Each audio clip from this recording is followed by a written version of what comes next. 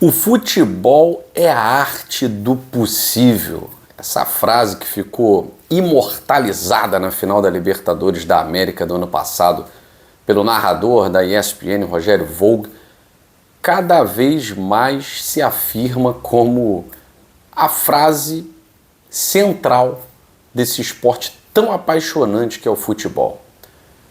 Vou até tomar de assalto uma das frases mais emblemáticas do Renato Paiva logo depois do confronto contra o PSG, a vitória do Botafogo sobre o PSG, de que o cemitério está cheio de favoritos. Pois é.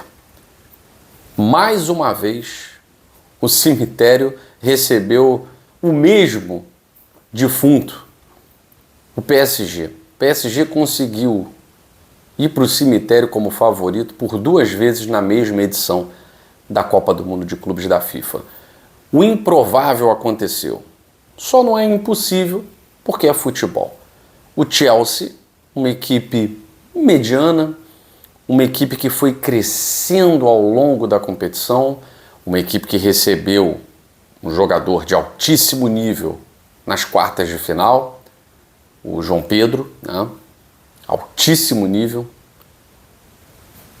é o campeão da Copa do Mundo de Clubes da FIFA. Estou aqui com a camisa da seleção inglesa, a homenagem que a gente faz aqui no Dois Toques ao futebol inglês, dono do primeiro título da Copa do Mundo de Clubes da FIFA.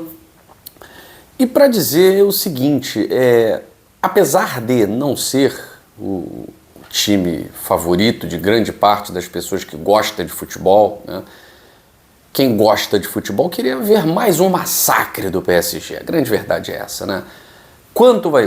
De quanto vai ser a goleada? Afinal de contas, para quem ganhou de Bayern, para quem ganhou de Real Madrid, que são times da primeira prateleira, vai golear um Chelsea que só chegou à final porque pegou uma chave muito mais fácil, muito mais simples.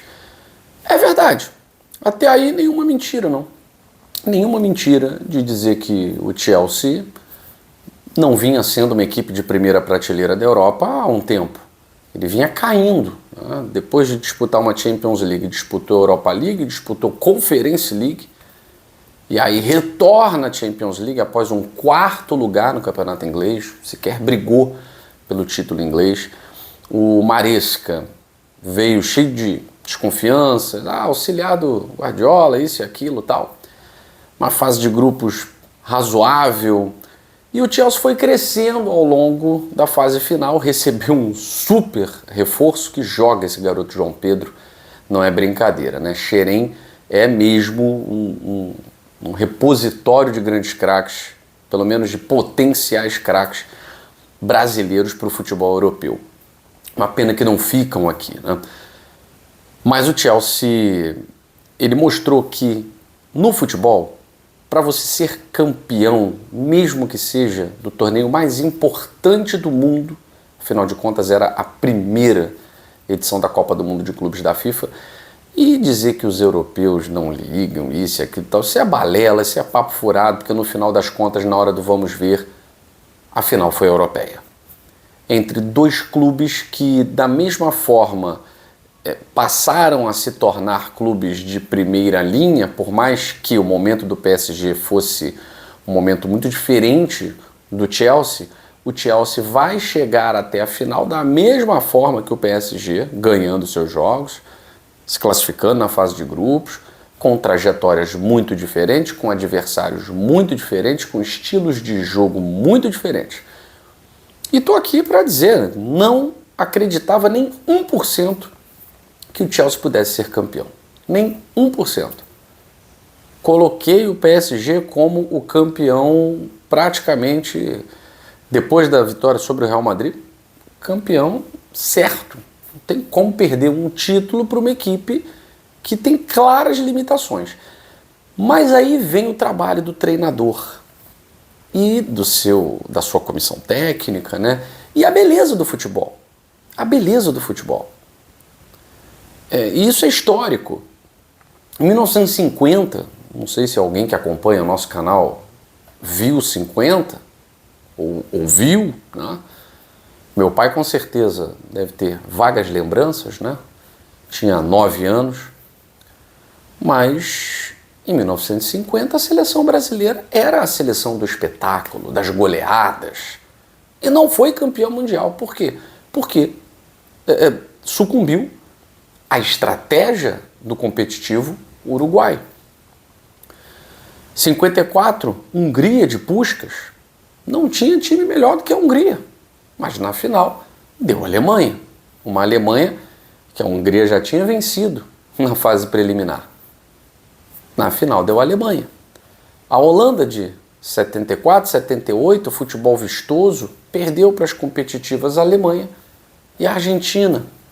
A Itália em 1982, 74, 78, é isso mesmo, produção? Né? É isso, 74, 78. A Itália de 82, de Paulo Rossi, bateu o Brasil que dava o espetáculo. O campeão foi a Itália. Então o futebol é cheio dessas surpresas que na verdade mostram que não é mediocridade. Ah, mas aí é premiar a mediocridade. Eu vi muita gente falando isso quando o Fluminense foi à semifinal. Não é possível o Renato Gaúcho ser referência. Não, o Fluminense não pode ir à final, o Fluminense não pode ser campeão, porque aí a gente estaria... Flávio Prado, o nome da figura, né? Estaria premiando mediocridade. Confunde-se mediocridade com estratégia. A estratégia é que faz você ser vencedor. É por isso que nem sempre o melhor, nem sempre o tecnicamente superior vence. Por quê? Porque a estratégia daquele que talvez não seja o melhor vai ser decisiva. Por que o Paris Saint-Germain perdeu para o Botafogo? Naquele jogo, o Paris não tinha o Dembélé, que estava machucado mesmo, né? Não jogaria de qualquer forma. Mas o Paris, ele poupou 4 jogadores. Depois, no segundo tempo, viu que fez besteira, colocou todo mundo para jogar. Só o Marquinhos não atuou dos titulares. Só que aí o Botafogo já tinha adotado uma estratégia que, inclusive, vai ser mencionada pelo Maresca, treinador do Chelsea. Eu tenho certeza de que o Paris Saint-Germain chegou de salto alto nessa final. Certeza. O Paris Saint-Germain não esperava. Da mesma forma que os jogadores do Chelsea disseram, bem depois, né, da partida contra o Flamengo, que foram surpreendidos, que não esperavam uma intensidade tão grande como aquela daquele jogo do Flamengo. O Chelsea ainda com a marcha segunda, né, para ver se pega um arranque na terceira devagarzinho e tal. Da mesma forma que o Chelsea disse surpreendido, o Paris Saint-Germain foi surpreendido. Ele não imaginava que houvesse um time tão integrado na marcação como foi o Botafogo daquele dia. E aí o PSG ficou ligado. E, não, a partir de agora a gente não vai mais dar mole. Depois de terem goleado o Atlético de Madrid, golearam o Inter Miami, golearam o Real Madrid e antes vencido o Bayern de Munique. Chegou um momento que está com 2 jogadores a menos. Isso não foi impeditivo para o PSG chegar à semifinal. Depois de botar o Real Madrid na roda, dificilmente alguém diria, não, esse jogo vai ser 3-0 para o Chelsea. Ninguém diria. O torcedor do Chelsea confiava, mas não acreditava. E o que acontece?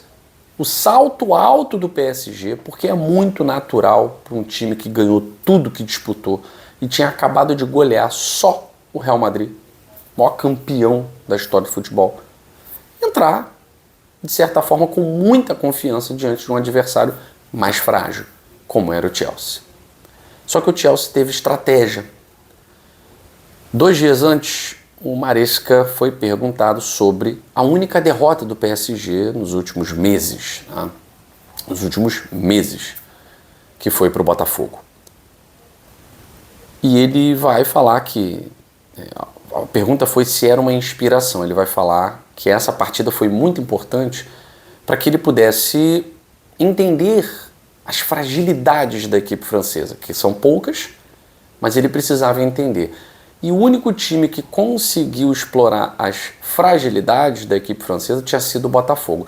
Só que ele não adotaria um estilo de jogo parecido com o do Botafogo, até porque o Chelsea também recebeu reforços. Tem o Palmer, que joga muita bola, recebeu o reforço do João Pedro, um hiper reforço. É um time com mais condições de competir, até porque tem investimentos muito maiores do que qualquer outro time brasileiro. Então a estratégia do Botafogo é uma. A estratégia do Chelsea, o treinador disse que seria outra, né? É claro que o Chelsea não ia partir de peito aberto. Era uma equipe que ia partir na inteligência. E de forma inteligente conseguiu fazer 3 gols só no primeiro tempo e matar o jogo. O Paris Saint-Germain é uma equipe que tem dificuldades, e já percebemos isso. Quando ela é vazada, ela tem dificuldades. O PSG não tinha sido vazado ainda. Não tinha sido vazado na Copa do Mundo. A única vez foi contra o Botafogo e perdeu o jogo. Então o Chelsea conseguiu estudar muito bem as fragilidades da equipe francesa. E hoje foi um jogo para se esquecer de Kvaratskhelia, Gonçalo Ramos, o próprio Dembélé não fez uma boa partida. É difícil saber quem fez uma boa partida no PSG nesse jogo, nessa final. E aí, mérito da estratégia do Chelsea. Então não tem campeão medíocre. O Uruguai de 50 é lembrado pelo Maracanazo. E tem a sua magia. A Itália de 82 é lembrada pela competitividade tão inerente aos italianos.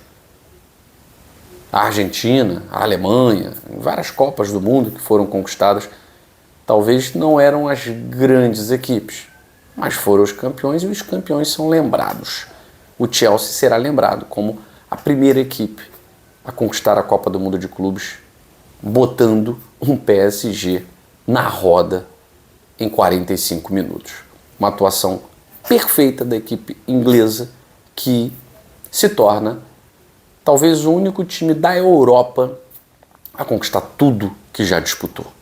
Desde o campeonato inglês até todos os torneios continentais possíveis, como a Champions, a Europa League, a Conference League, o Interclubes, em cima do Palmeiras, e agora a primeira Copa do Mundo de Clubes da FIFA. Talvez muita gente torça o nariz, olha com aquela boca assim, né? Pô, Chelsea, tá de brincadeira, né? Mas é isso, o Chelsea foi campeão. Eu fico por aqui. Um abraço grande, até amanhã no Dois Toques, a Casa do Futebol.